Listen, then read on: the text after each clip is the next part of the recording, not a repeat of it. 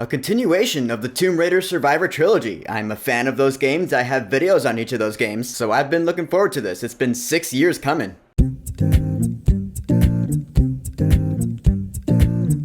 Tomb Raider, The Legend of Lara Croft. So The Legend of Lara Croft is an animated series on Netflix that just dropped, and like I said, it's a continuation of the Tomb Raider Survivor trilogy of video games. That would be Tomb Raider 2013, Rise of the Tomb Raider, and Shadow of the Tomb Raider. So yes, this series does pick up after the events of Shadow of the Tomb Raider. It acknowledges that too, which I appreciated. And now Lara Croft is off on another adventure, bringing Jonah with her as always. There's this bad dude named Charles Devereaux. He's looking for these stone artifacts. He wants to combine them to plunge the world into chaos for his own personal reasons, and Lara Croft's gotta stop him. And what did I think of this series? I thought it was pretty cool. I'm not gonna tell you it blew my mind or changed my life or anything, but there were some things I really appreciated about it. Now, let's start off with Lara Croft herself. Lara! Camilla Luddington, who voiced her in the games, did not return to voice her for the series, and I do miss her, but that being said, they got Haley Atwell to provide her voice, and there could have been a worse choice to pick. I thought Haley Atwell was actually a pretty good voice for Lara, and she did a great job. And the cool thing about Lara Croft in this series is that she's still dealing with the events from the preceding trilogy of games. So yeah, if you haven't played those games, you might be lost when it comes to her motivations, or what she's struggling with internally. She's still dealing with the deaths of some of the characters from the Tomb Raider 2013 game, which is my favorite of that trilogy, so that was really cool to see. Although the funny thing is, she's really only dealing with the loss of one of those characters, although a few of them died in that game. She's really only sad about one of them. I understand why she's sad about that one, because she was close to that character, but none of the others are really brought up. I mean, well, that's not true. I'm getting sidetracked. Point is, I loved seeing the callbacks to that game. And of course, she's great at throwing down and kicking ass. Lara Croft in the Survivor games anyway, she's always had that struggle of, oh, should I involve my friends? I love them, I care about them, I don't want them to get hurt, so I should go it alone. But then her friends, namely Jonah, are like, we want to go with you. And Jonah, okay, this is funny. He's voiced here by Earl Balin, who voiced him in the games, so if they could get him back, then why couldn't they get Camilla Luddington? But I digress. I did love hearing Earl Balin as Jonah again, because I feel like you can't have a Tomb Raider adventure now without Jonah. He's such an important character and such an important person in Lara's life. I love Jonah as a character because I care about him a lot after 3 whole video games and now a little Netflix series. And now Lara has this other backup supporting character named Zip, who I read is actually from like earlier Tomb Raider games that they brought here now, which disclaimer, I have never played any of those earlier Tomb Raider games, only the Survivor ones, just letting you know. But I love Zip because he's funny. He's the comic relief here, and he actually did have me laughing out loud quite a few times throughout the season. He's kind of like the Wade from Kim Possible of Lara Croft's mission. He's the guy in the chair, you know? He'll be in Lara's ears saying, all right, go left here. There's a shortcut, now you can cut him off. And then he'll spit out a wisecrack because he wants to be funny, and it made me laugh. He's cool. I welcome him to the crew. And also, I have to mention this for the sake of the fact that I love that they kept up the continuity. Abby from Shadow of the Tomb Raider is still around, and she's still with Jonah. I love that, because some might think that for something like this, they wouldn't keep up that continuity, but no, they totally do. You know, in Shadow of the Tomb Raider, we met Abby, and she instantly clicked with Jonah. Now the two of them are in a relationship. I love that. I mean, she's not in here much. I'd say she's in it about as much as she's in Shadow of the Tomb Raider, comparatively speaking. I don't know, just seeing her in this series made me smile. Now, I've been going on about how this series keeps up the continuity from the Survivor trilogy, but honestly, it's more of a bridging of the other timelines into it. The other timelines of Tomb Raider games that have preceded the Survivor trilogy, because it does bring in quite a few elements from the earlier games. I mean, I already mentioned Zip, he's from the earlier games, but it's not just that. In terms of the supernatural element, I mean, the Survivor games, they have had a supernatural touch here and there, but it never got too crazy, you know? This series kinda does. It gets a bit over the top and ridiculous to the point where you're like, alright, this is just wild. And if I didn't know any better, I would just write that off. I'd be like, yeah, that's just way too over the top and ridiculous. It doesn't even feel like Tomb Raider anymore, because I've only played the Survivor games, but I do know that the earlier games were more ridiculous than the new ones. I mean, they had stuff like dinosaurs and hidden realms, some crazy shit. That is actually how crazy this show gets sometimes. So that's what I mean when I say it's kind of a bridging of all the timelines of Tomb Raider. And I kind of get why, because it wants to bridge the gap between the generations of Tomb Raider fans. There are fans of the newer games like myself, there are fans of the original games from the 90s, and there are fans of the Tomb Raider games from the 2000s, so like all 3 of those, they come together in this little series. I for one think that's pretty neat. Yeah, in that, this Tomb Raider adventure is pretty fun. I mean, it's pretty standard Tomb Raider. There's a bad guy out there hunting down artifacts to use them to change the world somehow, and Lara Croft has to stop him. I mean, that's every archaeological adventure, no matter who it is. But that's what I love about Lara Croft here, you know? She's my archaeological hero. show. And I get it. For some people, it's Indiana Jones. For others, it's Nathan Drake. For me, it's Lara Croft. And she is a total badass. The animation in this series is pretty standard. I compare it to that of Skull Island, which is another little Netflix series based off of a larger franchise, which I also reviewed. But I mean, the animation style is pretty much identical. Not saying that's a bad thing at all. In fact, there was something pretty impressive animation-wise in the last episode here. I was like, okay, that's pretty cool. It incorporates 3D and 2D animation together. In fact, that happens a few times throughout this season, but especially in the finale, I was like, that's really cool looking. And I'm not gonna have spoilers here, not this time, because the whole season dropped at once, so if you're watching it, you might not be done with it yet. But I will say, speaking of the animation, one touch I really liked was the title graphics. In each episode, when the title would come on, something different would happen to it. Like one episode, you would see an earthquake and it would crumble. The next, a giant wave would come up to it, and it would depend on what happened in the episode leading up to that. I found that to be really cool. It was like thematic, and I love things that are thematic. And I also really loved how this season ended. Again, no spoilers, but it did leave me going, oh, come on, man. All right, bring on season 2. I am ready for that shit. It triggered something in me. I was like, I gotta see where that goes. And actually, I really want to talk about it, but I'm not going to. But I want to, but I can't. I promise no spoilers, so no spoilers. My lips are sealed. Trust me, though, if you're a fan of the Survivor trilogy, especially Tomb Raider 2013, you're gonna love it. In the end, Tomb Raider: The Legend of Lara Croft, it didn't disappoint me. Like I said, it didn't blow my hair back, but there were certain things I wanted to see in this series, and this series delivered those to me. I wanted to see that continuity from those games that I love and I've played many times, and I'll admit some things I was like, wait a minute, I don't know if that is really how it went down, being vague here. Like really continuity wise, I was like, I don't know about that, but for the most part, yeah, it kept it up really well. That's really mostly what I wanted from this series, I'll be honest. But I also really like this new adventure, and after that ending, I really want to see the next one. Big props to the writers on that. I'd say definitely watch this if you're a Tomb Raider fan, or if at least you like Tomb Raider. If you don't fuck with Tomb Raider, then you probably wouldn't care for this. Why would you watch it? Like, if you don't like Tomb Raider, this is not going to convince you otherwise. There you go. But myself being a fan of the newer games, I got what I wanted out of this. Maybe not in the way I expected, but that's not a bad thing. Bring on season 2. So, Tomb Raider: The Legend of Lara Croft. Have you watched it on Netflix yet? What are your thoughts on it? And if you have, come on, you also want there to be a season 2, right? Whatever you think, go ahead and leave a comment.